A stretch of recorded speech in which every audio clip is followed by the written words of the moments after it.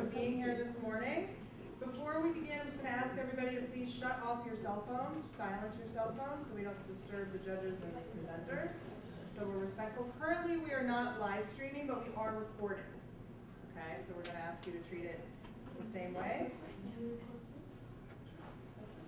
Okay, so first of all, I want to thank all our host schools. I want to thank David Posnack Jewish Day School. I want to thank Donna, Klein Jewish Academy, Shayna Community School, and Yeshiva High School for hosting us this weekend. We are in the Brandeis division, and the teams competing today are Donna Klein Jewish Academy, Herzliya High School, Solomon Schechter School of Westchester, Solomon Schechter School of Long Island, Abraham Joshua Heschel School, and Shek Hillel School. I want to thank the judges for being here today. If you don't mind just standing up and introducing yourself to the group, that would be great.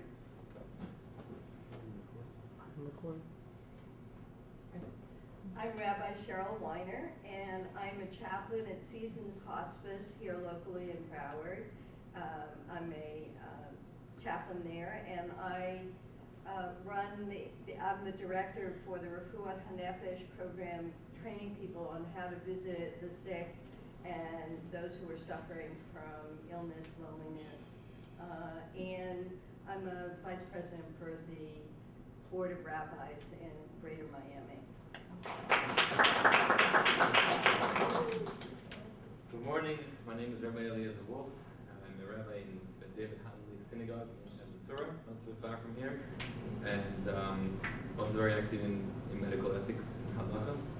And I'm very honored to be in the presence of people who have dedicated so much time and effort towards advancing a Torah and relating it to helping people. So I'm very much looking forward to this. I'm Rabbi David Shafai. I'm the Rabbi of the Serenity Committee at the Boca Raton Synagogue. I teach in the high school formerly known as Weinbaum in Boca Raton, at the First Torah Book, another high school there, and Yeshiva University a little bit. I'm very interested in medical ethics. I have a medical degree from NYU, and so this is very exciting for me, and I'm very curious to hear what everybody has to say. Just to go over what's going to happen for guests and for those of you who are new to Moot Beit Din, each team will have 8 minutes to present, and then the judges will have 8 minutes to give them questions. Our timekeeper today is Josh Cahan, over there. Yeah. And so what he will do is the teams that are presenting, you can just kind of give him the high sign that you're ready. He will give you a 1-minute warning and a 30-second warning. And if you go over time, he will say time and you will have to stop. And the same will go for the judges. Okay? In between each team, there's going to be 2 teams, then a larger break, 2 teams, a larger break, and 2 teams. In between each team is a 5-minute break. We're going to ask you to stay in the room during all of the presentations. If you need to run out, please try and wait for a break. We wish everybody good luck. We know you're all going to do great. And the first team can go.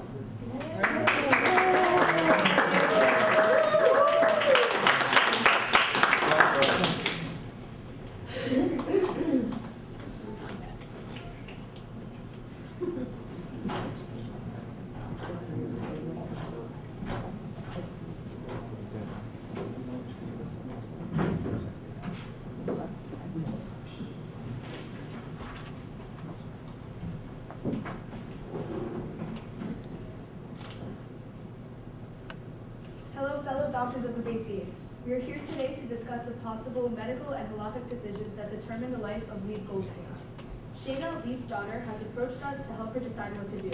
Her father, in the late stages of Alzheimer's and recovering from a heart attack, has an IABP and respirator to support his heart rate. Shayna has 3 options: to perform a bypass operation, leave Leib as is, or remove the IABP and medicinally manage Leib's heart. Whoa, why is this even a question? Obviously, Shayna is obligated to do the operation. There's a 60 to 70% chance of success, and the choice allows Leib to live out his normal lifespan. But the surgery still has a 30% chance of failure. With that, we can't risk Hayeshah. What if Leib wishes not to live any longer? We should leave this decision in God's hands and not do anything we might regret. As Jews, we have the obligation to help. If Shayna really thinks that Leib does not want to live any longer, then the IABP should be removed, and medication should be used instead. This allows Leib to at least be conscious for his remaining time alive, a much better option than leaving him alone to die. According to Rav Eliyahu Bashki Doron's ruling, Shayna has the power to decide the fate of Leib because she is responsible for maintaining his health. But the process of halacha will guide the course of action. Also, the decision-making process is in no way influenced by other burdensome factors, and since Rabbi Eliyahu did not mention that the caregiver should assess the will of the patient, that may not be much of importance. Correct, but how can we guide her? Well, we all agree that we should not stand only by the blood of our neighbor, right? It applies here according to Psalm 173a, because we are obligated to do something to save Leib's life. Ah, but my friend, the Ramah does not hold that not standing idly by the blood of your neighbor is applicable in every instance. There are exceptions to the rule. As cited in Seats Eliezer, we can withhold treatment for the sake of death of dignity, and not degrade him through his transformations. Removing the pump would both prevent the distortion of a virtually dead body, and allow Leib to be awake and live a more full life. What do you mean? The Mishnah quoted by Darkei Moshe tells us that it is forbidden to hasten the death of a dying person. Wait, you didn't let me finish. We can take away the IABP halachically because it is not actively expediting them. Rather, it is removing an inhibitor to the departure of the neshama. Remember, this only applies to agosis. The Rama permits the removal of something that prevents the neshama of agosis from departing, like salt or the sound of a woodchopper. Yeah, many poskim base their obligation to remove an inhibitor from agosis on the Sefer HaSidim and Shotei Geburim, especially since it was forbidden to put it there in the first place. I think you're mistaken. The Sefer Avodah Zarah parable the story of how an executioner was rewarded with a lama ba after shortening the death of Rabbi Hanina. He expedited his death by increasing the flames and removing the wet wool from his chest. However, the Igros Moshe explains that increasing the flames was in fact sinful, and only by the merit of Rabbi Hanina's promise to the executioner was he rewarded. Tzitz Eliezer also explains that increasing the flame was forbidden because of its active role in killing Rabbi Hanina. I agree with you. The Beit Din rules removing the pump a deliberate, active cause of death, comparable to increasing flames in Avodah Zarah, and the removal of the pillow in the Rama's case. I'd also just add that the removal of the pump is not similar to the permissible removal of the salt because of the medical value of the pump and the lack thereof in the case of the salt. Trust me, I'm a doctor. We all are. Okay, fine. So maybe in its current form, we can't follow my way. However, Shayna could still want to remove the IABP. How can we remove the vital assistance passive? In order to do this, we as doctors must weed Leib off of the pump by setting the pump to every other heartbeat, then every third, then eventually shutting it off, checking how he responds, and then continuing to remove it when and if he is self-sufficient. Shayna could potentially view her father's will not wanting to prolong his suffering, and this would permit the passive pulling of the plug, in a modified option as permitted by the Maharshal. The removal of the pump is approved only if we modify it in order that it is passive. I'm satisfied. I still think that the surgery has to be done. We must risk Chaisha, which can be loosely interpreted as the time when you sacrifice in order to live a full life. Hey, well, I still believe that you are all wrong. Why even get involved? Leave him alone. Wait a minute, there's a case in Yoma of a building collapsing on a person on Shabbat, and even if they will die anyways, we remove the rubble because we are concerned about preserving Chaisha. Not so fast. In Avodah Zarah, it says that we are not concerned about Chaisha based on Malachim Bet. The Tosafot in Avodah Zarah actually reconciles both of your opinions, saying it is better to choose the possibility of life over certain death, even if it risks Haisha. Interesting. And in Leib's case, again, he has a 60 to 70% chance of living through the surgery or certain death. So Shayna should choose life over death. But the surgery is so traumatic. Even my Rebbe, Rav Asher Weiss, says that although Leib's quality of life after the surgery would not be affected by Alzheimer's, he would not be required to do the surgery if it is traumatic. Bubbles, from a medical perspective, many would not take the case because of the high risk on both the patient and on the doctor's record. Don't worry about that. In Torah Yeridea, the doctor is released from liability of death if such a tragedy were to occur. And it's even fulfilling the mitzvah of watching out for a life. To sum up, the ruling of Rav Asher Weiss says that although Alzheimer's is not a deciding factor, the level of trauma associated with the surgery is. The Beit Din therefore can only highly suggest option A. According to medical professionals, there is trauma associated with the surgery. So the surgery upholds the concept of pikuach nefesh and fulfills the commandment to live by Hashem's Torah. Either way, embarking upon the surgery or removing the IABP would terminate the debilitating factors that currently warrant the restraint of treatment, namely sedation and the potential heart complications. Okay, Joe. Well, now we have established our stance that the surgery is approved and highly recommended. I guess now it's my turn. Let's just let Let's just let Leib be. Let's just all go to City Place. Your solution does coordination, not Leib's neshama will be stuck in this world, unable to enter Olam Haba. One is prohibited to prevent a soul from leaving the body if it is in a traumatic, torturous state, and leaving Leib on the IABP runs many fatal medical risks.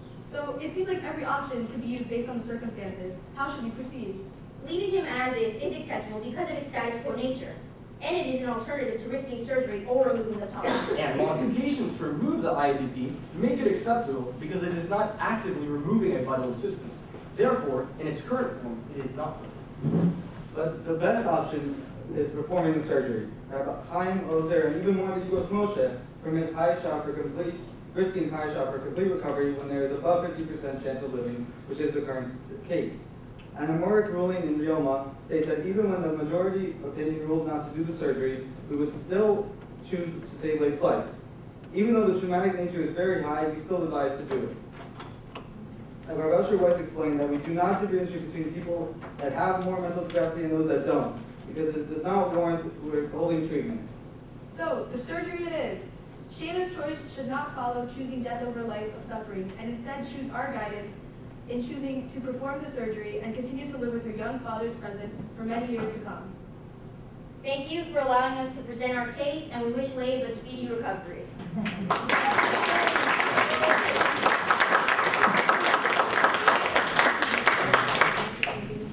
Judges, you have 8 minutes.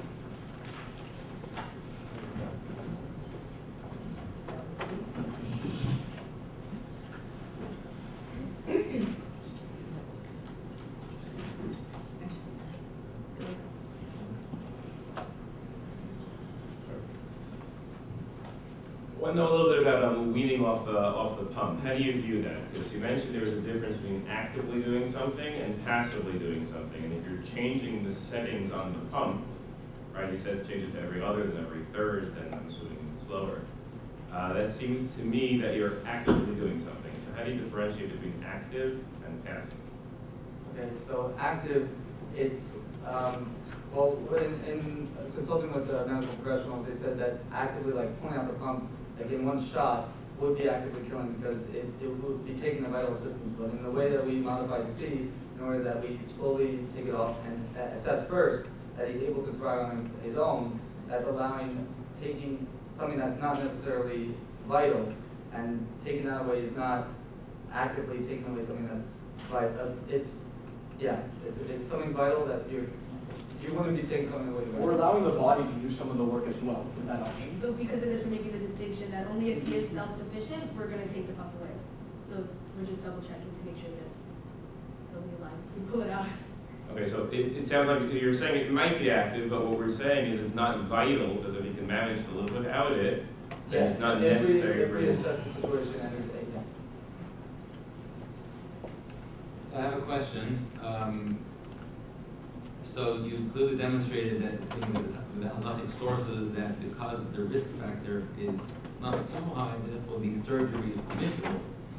But at the end, the conclusion is that the surgery is a much more preferred option than the status quo option of not doing anything.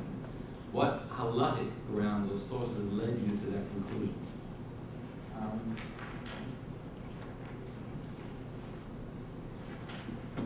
Well, first of all, from a logical perspective, leaving him in D was either warrant that he do a surgery and save his life, or warrant that you remove. There's no like in between. There's either you kill him because it's better for him to die, or you save him because that's that's what would be wanted. And from a logical perspective, In this case, like we're going to be from Rav Chaim Ozer and even Mori Moshe, we're going to be allowed to risk Chayesha for this case, and that would mean like doing the surgery to make sure that it's worth risking it to try and save his life. it's much more than 50% likely that it'll succeed. So that's according to the two rabbis, it's preferable to do that. Right, so it's definitely allowed. Do we know from Leib or from Shayna that this is their preferred option? Have they have an opinion in this? Right, Shayna's the one making the decisions on Leib's health because he's not capable of making decisions on his own because of his later stage in Alzheimer's. So it's Shayna's decision on what she feels is best for Leib and for the family as well. Yes. So I'm just gonna, so then, in preferring option A or option B, have we spoken to Shayna what she prefers, or we don't know what she prefers, but we're telling her We're nonetheless? assuming that she prefers life over certain death, so in any cases, we're trying to save these. And we definitely don't prefer death over life because of, according to Russia Weiss, Alzheimer's is not a factor in determining that someone is worthy of death, because it's not, in their, specifically, he's quoted as saying that in his own bubble, the patient with Alzheimer's is at peace with themselves in a sense, so. It's more of a burden on the family rather than the patient, so it's not worthy of withholding treatment because of Alzheimer's or dementia.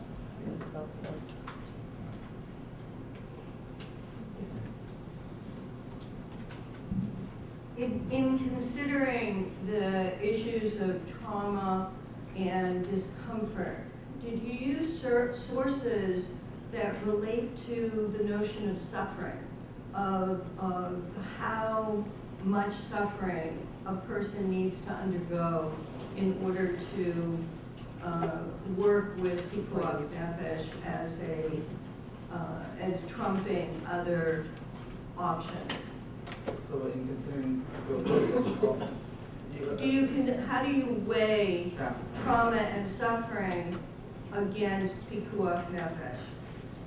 Well, from Rav Asher Weiss, we know that like if the trauma of the surgery is really so high, we're not obligated to do it because of the trauma put on Leib, and it's not worth it if it's torturous for him. So that's why we're unable to obligate it because of the traumatic factor. That's what trauma weighed in that way. But that's also why we rule against choosing option B, because option B would leave him in a torturous state of being a perpetuous cycle of wanting trauma with what is it? Gastrointestinal bleeding, hemorrhages. Intra-aortic hemorrhage.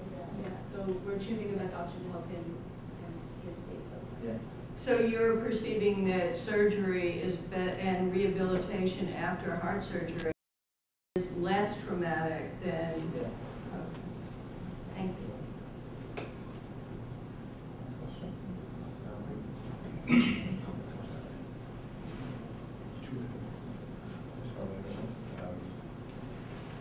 You mentioned a number of times that you're balancing life and death, and therefore the surgery is choosing life over choosing death. The surgery has a 30% risk of death, of immediate death, today, right now. So how do we balance, you mentioned wanting to choose life, and therefore we're obligated to choose life. And that's what you were kind of seemingly advocating, we're obligated to choose life. And that we've established before that we're permitted to risk Chaye Shah for Chaye Olam. And how does, are we necessarily choosing life, or are we possibly choosing death? How do you balance that? Because there is a 30% risk of death today. So he may die today. So are we certainly choosing life when we do this? Because if we leave him on the IABP, if we choose option B, we may go for some wine. Yeah. He may continue for some wine, we don't really know. There's no chance of him dying today. A lot of times, estimates, they account for other things. So we're looking at it in a different way. We're saying there's a 70% chance that Leib will be able to survive this, and that he'll be able to live his normal life expectancy. And that's the way we want to look at it, where there is that possibility.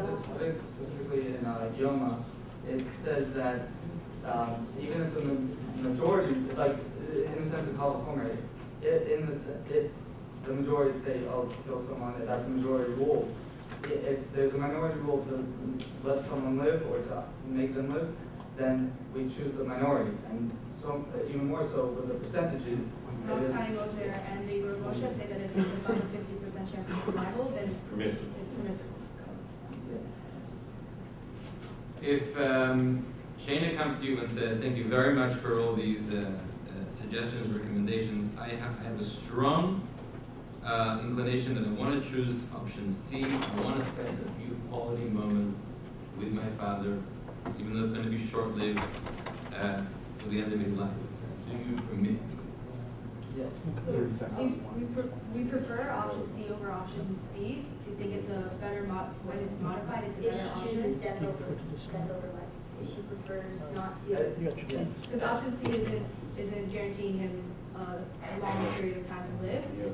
It's not. It's just quality of life that's better in option C than option B. Medication will allow a stable and quality time where they can interaction, or B, there is no medication, so you can't really have that interaction, and you'll risk the gastrointestinal bleeding and all the other medical. But even though I'm modified options,